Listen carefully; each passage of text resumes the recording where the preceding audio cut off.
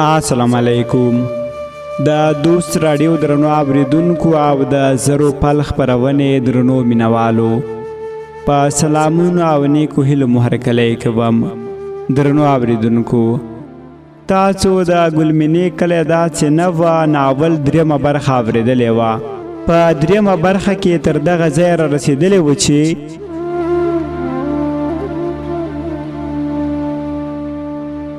ملک خپله لور په غېږ کې راواخیسته او له سترګو یوه اوښکه تویوله. هغې څه ویل غوښتل، خپلې سترګې ورپولې. پلار یې پوه شو چې لور یې ورته څه وایي. د لور خولې ته یې غوږ ورنږدې کړ. لور یې ورته وویل ابا شپونکي ته څه مه وایه، هغه بې ګناه دی. کلیوالو حکیم راوست. نو موړې ګلمینه ولیده. د هغې حالات ډېر خراب ښکاره کېده. حکیم ملک را بهر کړ او ورته یې وویل چې تاسې باید دا ژر د ښار روغتون ته ورسوئ. له دې سره هم هغه خپلو زامنو ته غږ کړ چې ټانګه تیاره کړئ او خپله خور تر بازاره ورسوئ. درنو اورېدونکو دا چې په څلورمې برخه کې څه کېږي نو په ګډه به یې واورو. پیل کوو د ناول په څلورمه برخه.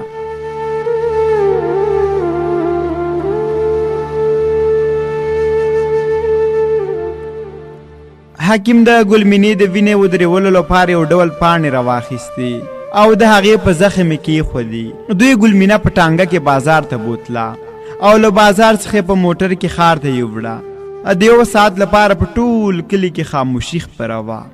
د سهار د مرغیو شور، د ماشومانو ژړا او په کوټه کې د ګلمینې وینې ټول کلیوال ودردول. ټول خپل سرونه زنګېدل او زړه نیولي وه. حکیم وویل تاسې هم هغې ته دعا کوئ، خدای خبره چې روغه پاتې شي. په ډېر اساس ځای لګېدلې ده او تر ښاره پورې به دا ډېره وینه ضایع کړي. بهادر چې د حکیم خبرې واورېدې نو په بیړه د شپونکي کلي ته روان شو او غوښتل چې شپونکي هم ووژني. خو له ده وړاندې شپونکي ته خبر رسېدلی وه چې ګلمینه یې ورور ویشتي او د ښار روغتون ته یې وړي. هغه هم د هغې د لیدو لپاره د ښار روغتون ته لاړو. کله چې بهادر کلي ته رسېږي نو هوایي ډزې کوي.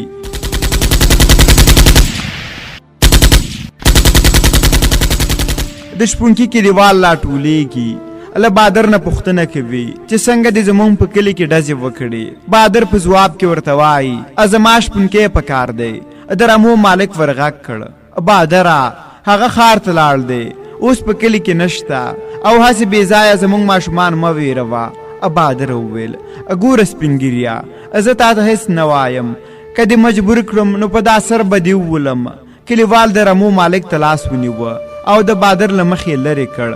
کله چې بهادر ولید چې ټول کلیوال تر روان شول نو د ده غوسه هم سړه شوه او خپل کلي ته راستون شو. ملک او کلیوال یې روغتون ته راورسېدل. عاجلې خونې ته پر رسېدو یې ډاکټران مخې ته راغلل. هغوی په نورو نرسو نارې کړې ناروغه جل دی، د عملیات خونه تیاره کړئ. نرسانو د عاجله خونه تیاره کړه. د ګلمینې سترګې همداسې رډې پاتې وې. ملک دا فکر کوه چې نور به دا ښکلې بادامي تور سترګې ونه ګوري. په سترګو کې وښکې ډنډ شوې. پر خپله لونګۍ وښکې پاکې کړې او بهر ووت. هغه ډېر غمجن شو. د بیړني خونې څنګ ته چوکۍ باندې کېناست او خپله ږیره په غاښ کړه. همداسې د خپلې نازولې لور په خیال کې لاړ.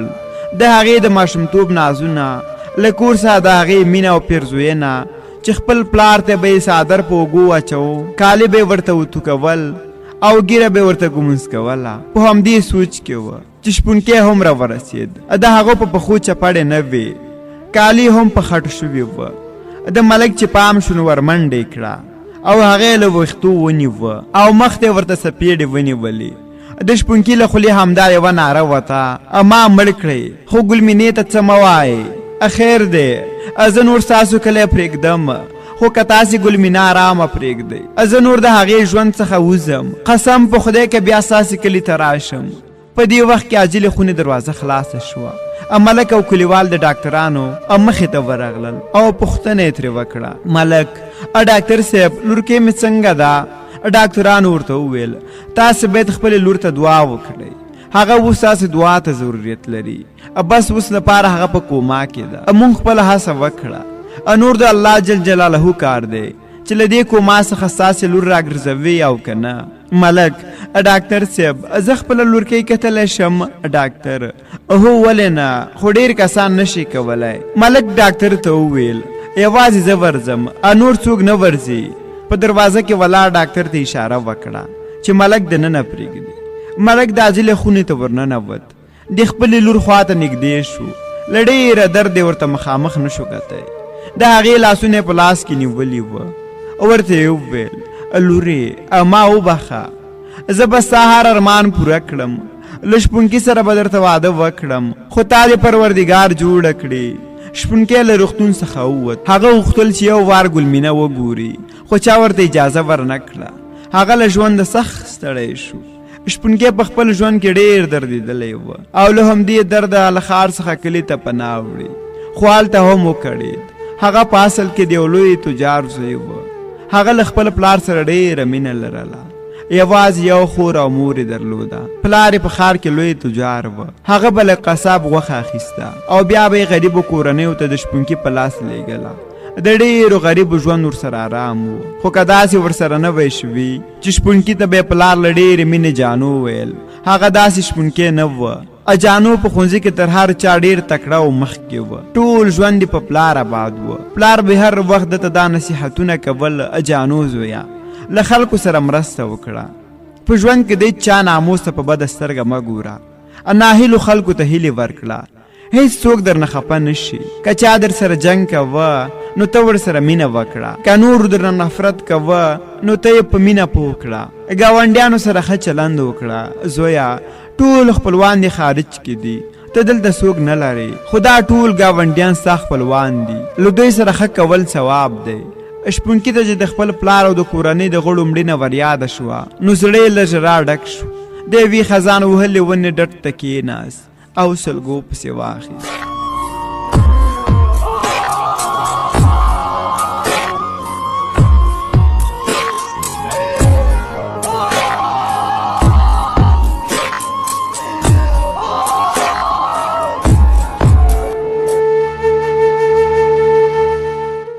پلاره ته چیرته لاړې؟ زه تا چیرته پیدا کړم؟ ها، زه مې مور له کومه کړم چې ما ته به یې په مینه سر وینځه او کله به چې سر راته کاته نو سپږه به یې زما په لاس کې کېښوده، ویل به یې واخله. دا وګوره دا څه دي؟ ته هسې وایې چې په سر کې مې سپږې نشته. مورې اوس مې سر له سپږو ډک دی، سر مې ډېر خارښ کوي. ته چیرته؟ نن چې زه تا غواړم ته نه یې. شپونکي خپل ویښتو ته لاس کړ او له خپل زړه سره ډېرې ګیلې وکړې. خو له تاسې سره فکر پیدا شي چې شپونکی کورنۍ څنګه له منځه لاړه. غوږ راته ونیسئ، زه درته کیسه کوم. د شپونکي پلار جانداد نومیده او ځکه یې خپل زوی باندې د جان ګل نوم ایښی وه چې د ده نوم سره یې ډېر تړاو درلوده. هغه ډېر مهربانه او نیک انسان و. خدای ورته بلا دولت ورکړی وه. په ښار کې ډېر دوکانونه او مارکیټونه لرل. یو ورځ ورته یو سړی راغی. هغه جانداد ته په ژړغوني غږ د خپلې بېوسۍ کیسه وکړه.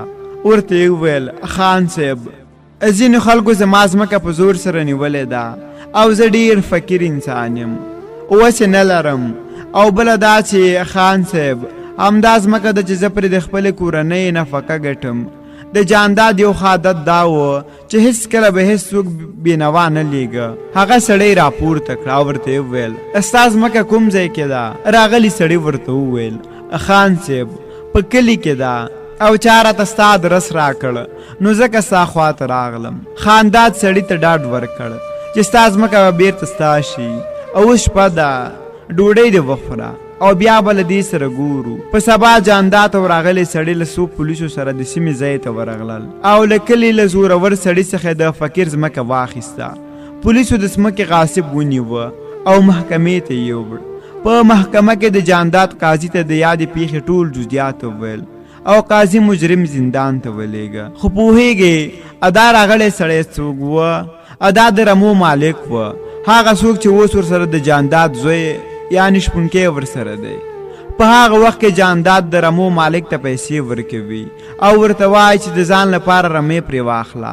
شیدې او مستې کلیوالو ته هم ورکوه. د غم و ښادۍ په وخت کې ترې حلاله هم کوه. او بله خبره دا چې زما زوی رمې ډېرې خوښوي. کله چې مې هغه راوست نو بیا به د غره لمنې ته بوسي او ورباندې به د رمو ننداره وکړي. نه یوازې دا چې د رمو له مالک سره مرسته وکړي بلکې د ټولو خلکو سره نغدي مرسته وکړه. د رمو مالک ورته وویلو چې کله هم تاسې زمونږ کلي ته راغلی نو موږ به ستاسې پوره خدمت وکړو او دا زمونږ لپاره ویاړ دی چې ستاسې غوندې مهربانه شتمن وګړی لرو. جانداد کلیوالو ته وایي چې بس یوازې ټوله تمه د الله جل جلاله ته لرئ. انسان یو وسیله ده. د دې کلي خلکو د وروستي ځل لپاره له جانداد سره لیدلي وه، بیا جانداد ونه لید. د وخت په تېرېدو کلیوال بیا اړمن شول او غوښتل چې خان ته ولاړ شي او له هغه څخه څه مرسته وغواړي. هغوی ورپسې ښار ته لاړل خو جانداد خپل دوکانونه او هر څه خرڅ کړي وه. کلیوالو له خلکو پوښتنې وکړې خو هغه ورته وویل چې خان له دې ځایه تللی خو د تګ په وجه هیڅ څوک نه پوهېدل. کلیوال هغې پوستې ته ولاړل لکه کومې پوستې چې له جانداد او د رمو مالک سره پولیس راغلی وه. ځکه دې پوستې ته لاړل چې د دې پوستې قومندان د خان جانداد ملګری وه. دوی فکر کوه چې هر څه به خان جانداد ته معلوم وي. د رمو مالک خپلو کلیوالو ته وویل چې تاسو مه راځئ، زه د پوستې له قومندان سره خبرې کوم، که خدای کول هغه ته به د خان جانداد احوال معلوم وي. ټول کلیوالو د رمو مالک ته اجازه ورکړه او هغه یې پوستې ته ورولېږه. هغه لا پوستې ته نه وننوتی چې لرې پرې د عسکرو د درېش غږ وکړ. څوک یې؟ د رمو مالک ور غږ کړه، زه د جانداد ملګری یم. پولیس چې د جانداد نوم واورېد نو ورته وویل چې سمه ده راځه. د رمو مالک د عسکرو په لورې ورنږدې شو. کله چې له پولیسو سره روغبړي وکړه او له جوړ په خیر نه وروسته ورته وویل کاکا څنګه راغلی؟ خیر خو به وي. د رمو مالک ورغبرګه کړه زویه ستاسې له قومندان سره یو څو خبرې کوم. عسکر وویل سمه ده دلته صبر وکړه. عسکر د قومندان دروازه ور ټک ټک کړه. د دروازې تر شا ورته غږ وشو راځه. عسکر دروازه خلاصه کړه او عسکري سلام یې ورته ووهه. قومندان وویل څه خبره ده هلکه؟ عسکر صاحب بهر د جانداد یو ملګری راغلی. قومندان وویل څه د جانداد ملګری راغلی؟ هله زر یې را دننه کړه. عسکر سمه ده قومندان صاحب امر مو پر ځای کېږي. د رمو مالک پوستې ته ننوت.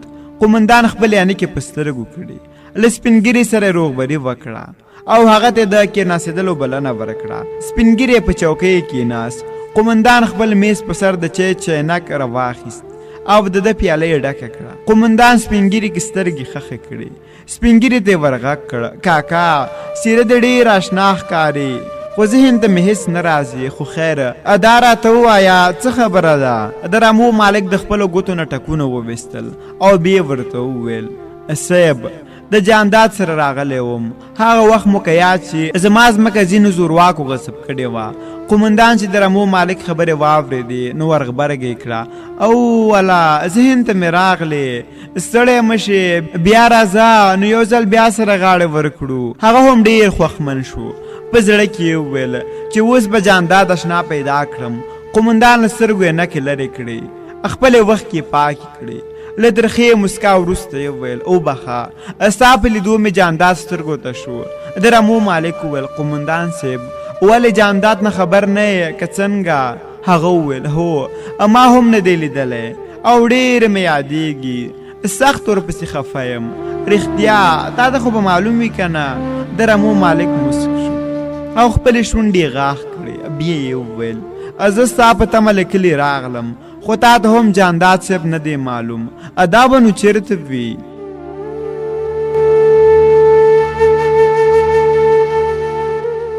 قومندان وویل نه پوهېږم.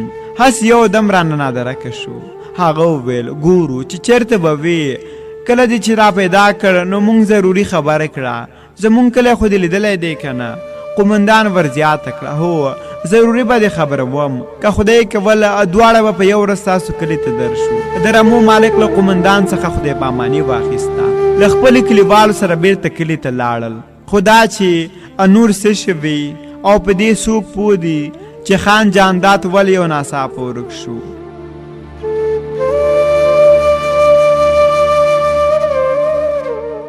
هغه څادر په کلي کې پریښی و.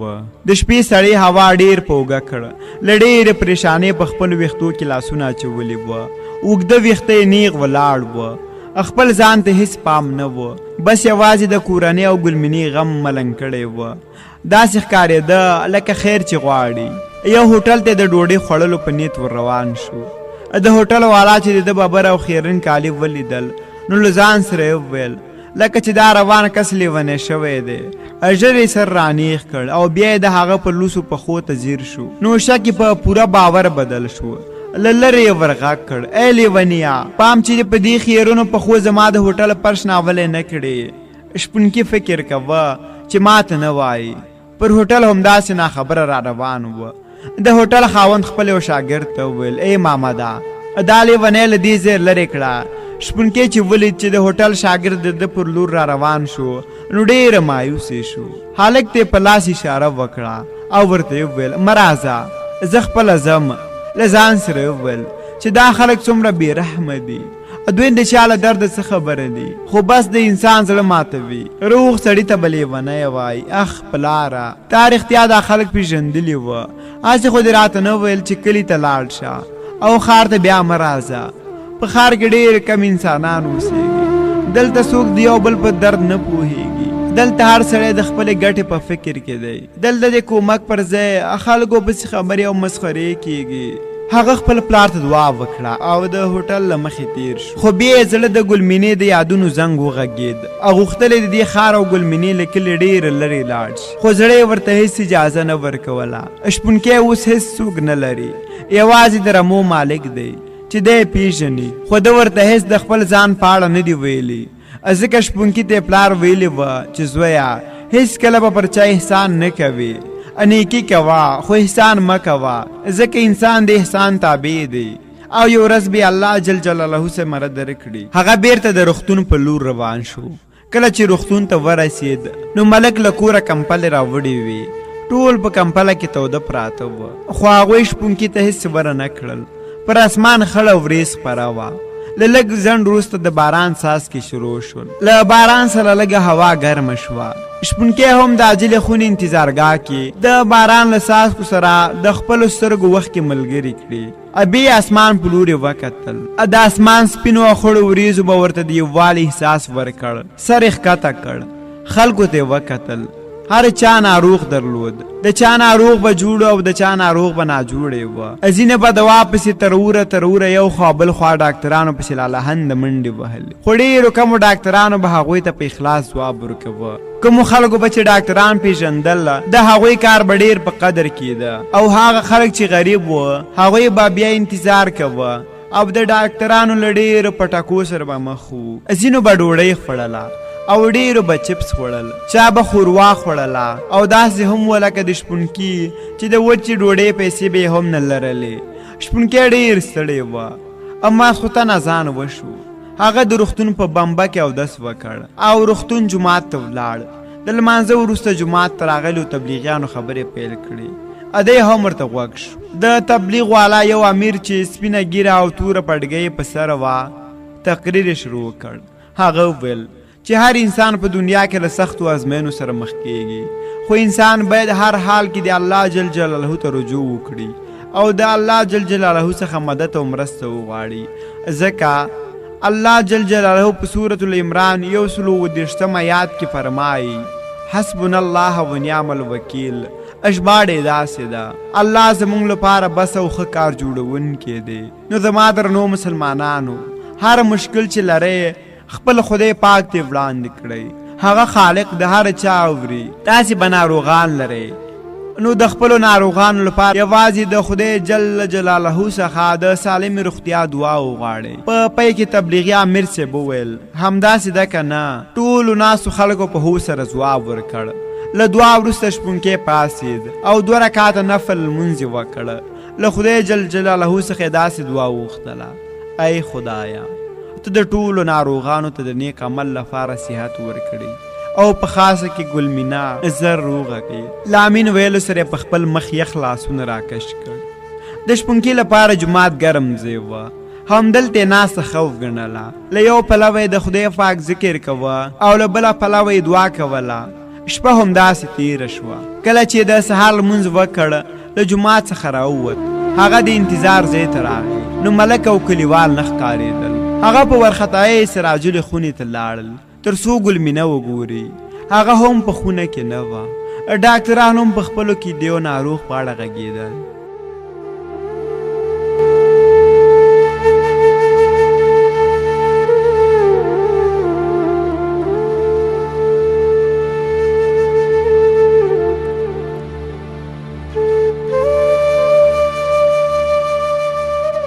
دا وه د ګلمینې کلي داسې نه وه ناول څلورمه برخه چې ما نظیف الله صالح درته وړاندې کړه. دا چې په پنځمه برخه کې څه پیښیږي، آیا ګلمینې خپل روح رب ته وسپاره او شپونکې به له دې وروسته څه کوي؟ تر هغې چې ستاسو درنه چوپړ ته حاضرېږم په پاک رب مسپارم. هر چیرې چې یاست ښاد آباد د مینې ډک ژوند ولرئ. بې مینې بې جانانه مه شئ. ښه وخت